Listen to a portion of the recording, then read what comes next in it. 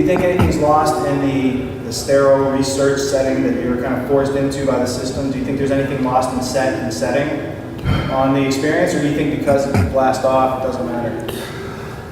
Well, you know, obviously I was concerned about people getting this drug in a hospital setting with a couple IVs in place and a rectal temperature monitor in place and a blood pressure cuff, and they're just completely, you know, well, they're completely helpless. And in a way, I mean, that's what happens with a big dose of DMT, is you're totally helpless. You know, so they were getting ready to be even more totally helpless. So I think it wasn't a bad thing, and may have even been a good thing. And you know, in terms of the hospital setting, people were really happy to be in the hospital because it isn't an uncommon experience to at least go through a few minutes of being concerned that you've died. And you know, they could think to themselves, well, if I've died, I'm in a hospital. And if my heart stopped, or I've had a stroke, or you know, what have you, you know, there's a response team just down the hall that can take care of it. You know, so it was reassuring, actually. I started doing some dose response work giving psilocybin, and you know, the hospital is a distinct disadvantage, you know, to give a longer acting compound like that in, which was one of the reasons that I stopped doing the work. So tell me how you felt after you got a call from this guy, Mitch Schultz, and he wants to make a movie out of your book, and how you went through your address book and said, yeah, I think some of my friends might be useful, and you kind of helped Mitch zip it all together. Yeah, well, over the course of the history of the book, I've gotten quite a few emails from people saying, I want to do a film about the book. So, you know, I'd say, well, that's fine. You know, come on out to New Mexico. And, you know, nobody did. So, you know, after I got the email from, you know, from Mitch, you know, that sounds interesting, you know, come on out to New Mexico. And, you know, so he did, in a blizzard in January. You know, I'm like, you drove the 3 hours between the Albuquerque airport and Taos. And we spent some time at my house, and we shook hands and got started within a month.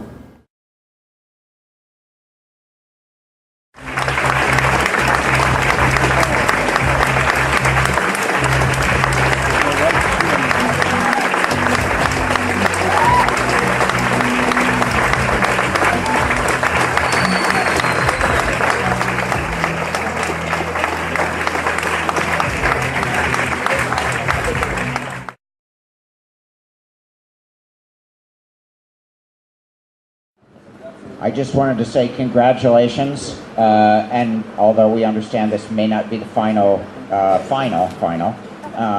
was really grateful to see it, and especially the balance of science and spirituality and visionary experience and such well-shot interviews that were really pithy, meaningful, getting you to the heart of the sort of reality opening and changing kind of experiences that they'd been through. So it really was, I think, informative in the many ways that someone who knows nothing about this subject would be transported and yet not really threatened so much. And there's so much hysteria about psychedelic use that to see so many sober people discussing the matter intermingled with the visionary sort of retinal worlds made, I think, for an educational leap in psychedelic filmmaking. So, so congratulations to both of you.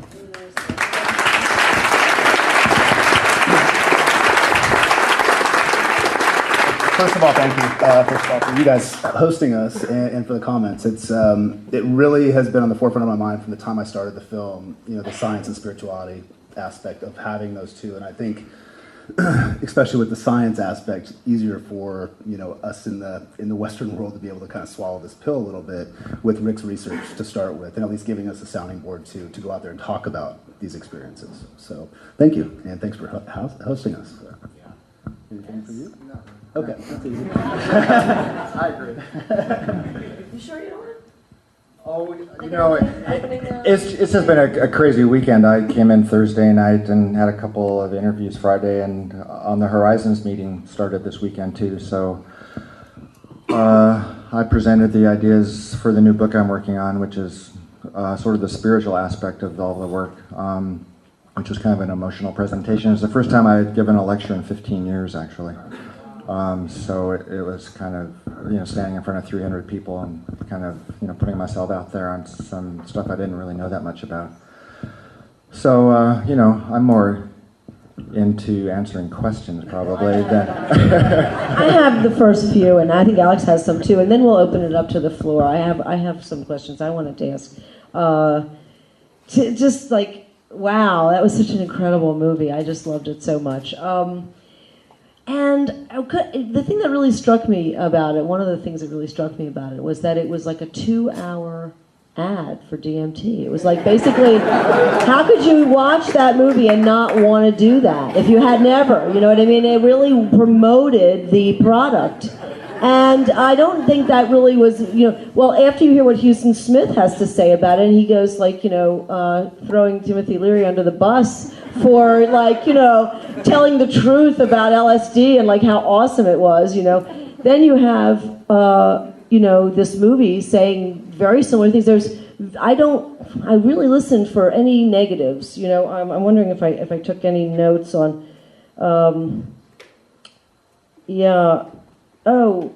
difficult to act on. I just captured that from Graham. I'm not sure what that was about. But anyway, we'll talk about that later. I didn't hear of any negatives that were proposed in the movie, any drawbacks, any like, it's not...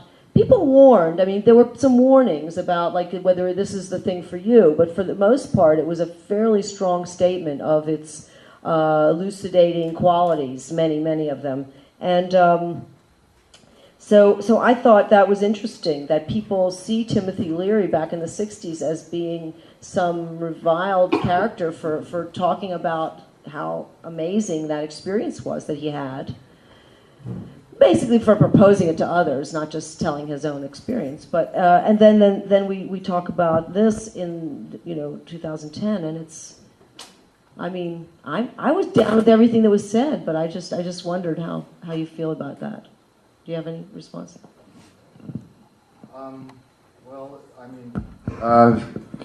Speaking of Tim, it was interesting how many people were talking about Tim at the meeting down in Manhattan this weekend.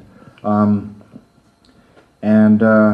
think he did some good and he did some harm, just like anybody else with a lot of smart ideas and interesting experiences. So, I don't really come down on one particular, side of the fence as far as Tim did. I don't think many of us would have taken psychedelics if it weren't for Tim. On the other hand, a lot of people took them that probably, shouldn't have. But speaking of the movie, which I was just starting to think about finally, it was interesting to speak to the volunteers. I hadn't seen some of them for 15 to 18 years after the study was done. In the first dose response study that took place in the end of 1990 till the end of 1991, and our first round of interviews in Albuquerque, which was mostly the old volunteers, took place in about 2007. So I hadn't seen some of those people for 16 years. If you recall from the end of the book, I kind of concluded that their participation in the study had been kind of a wash. There were profound psychedelic experiences, but I hadn't really seen any integration or any major life changes in the volunteers. But I think I just hadn't given their participation in the study long enough to settle in. And it took 5-10 years for a lot of people to really make the most or integrate what had happened to them as volunteers in the DMT work. And a lot of people had changed their jobs or had changed the focus of their ongoing work. Some had started spiritual practices. So I think I was a little jaded by the time the work ended. And it was very gratifying, actually quite surprising to hear how moved and impacted the volunteers had been, so many years down the road. Sounds like an abridged version to me. An updated research or something.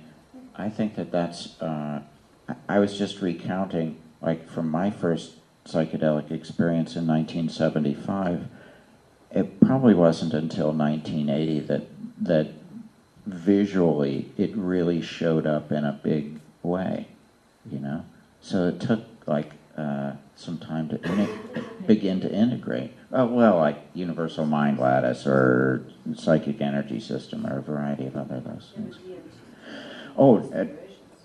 Yeah, that was more rapid, because that was Terrence actually gave me my first dose of our first DMT, and which led to my painting, the Transfiguration painting, and that I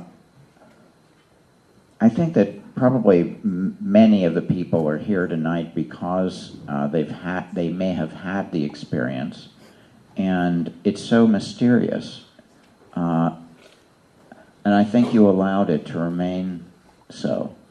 That was one of the gifts of the film as well, that although it had a medical spine, it was opening the questions up rather than trying to settle things, which I think is much more sensible in relationship to these substances. There we go, back. Yeah, I mean, since we don't really have any answers, and that was the thing. I didn't want to try to go in and say, this is what's happening. And from the few times that we've shown the film in groups, it spawns conversation immediately. And so just to have some of those questions presented, it automatically just kind of gets the juices flowing. And people have been responding to that and starting to talk about those questions and trying to, wrap their heads around them, which I love. And that's part of what I wanted to do with the film, was just to get people to think and know that everything that they do know about this stuff is partially false, at least. So, yeah, thank you, because I really wanted to kind of leave those questions open. And I think Rick kind of came across the same thing in your study. He just couldn't describe it. And I think that took a lot of balls to say, I don't know what's happening here as a doctor. So. Well, that's true. I had a tiger by the tail, and wasn't quite sure what to make of it. I come across as pretty, mild-mannered or perplexed in a movie at times, and I think that's how I was starting to feel towards the end of it. I was giving so many people so much DMT. I was going in 6 days a week sometimes, giving people DMT, and that's all. I mean, I was just feeling so stoned and so disoriented myself, and I wasn't expecting the sort of stories that I heard. I kind of went into the work expecting a Zen Buddhist enlightenment sort of phenomenon to be the end result of these high doses, or else the more typical near-death kinds of things. But instead, there are these the volunteers just entered this world of light with these beings that they interacted with, that they were just overwhelmed by. And I just wasn't prepared, didn't really have a model that could incorporate people's stories. So, for those who have read the book, I describe how the studies ended, which I think is a pretty accurate representation. But I guess tonight I'd just like to say it was just too much. I just couldn't get my head around what was happening, and just had to stop.